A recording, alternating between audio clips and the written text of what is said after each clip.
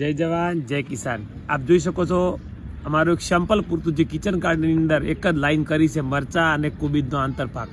ખરેખર મરચાં અને કુબીજનું એટલું બધું સેટિંગ છે કે વાત જ ના પૂછો। જો આ મરચું લગાવ્યું હતું અને એક જ ટપક છે, મલ્ચિંગ ઉપર 3 વોલનું મલ્ચિંગ હતું, 2 બાજુ કુબીજ કર્યું છે અને વચ્ચે મરચાં કર્યા છે। કોઈ તકલીફ નથી, કોઈ રોગ નથી, હજુ જે કે સ્પ્રે દવાનો નથી આપ્યો, છાણિયું ખાતર પાયામાં આપીને આ મલ્ચિંગ કર્યું હતું।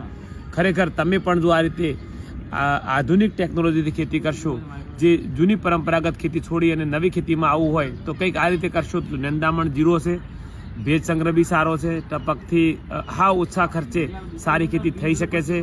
એટલે યુવાનો તમને કહું છું આ રીતે ઇન્ટરક્રોપ કરો, 2 પાક ભેગા કરો, કારણ કે હવે ખર્ચા બહુ મોંઘા થયા છે, રિચાર્જના ખર્ચા, આ ખર્ચા। જો આવી રીતે 2 ખેતી ભેગી નહીં કરો તો તમારું ગુજરાત નહીં ચાલે। માટે મહેરબાની કરી, જમીનો ઘટતી જાય છે, 2-3 પાક સાથે વાવો અને તમારી આવક બમણી કરો।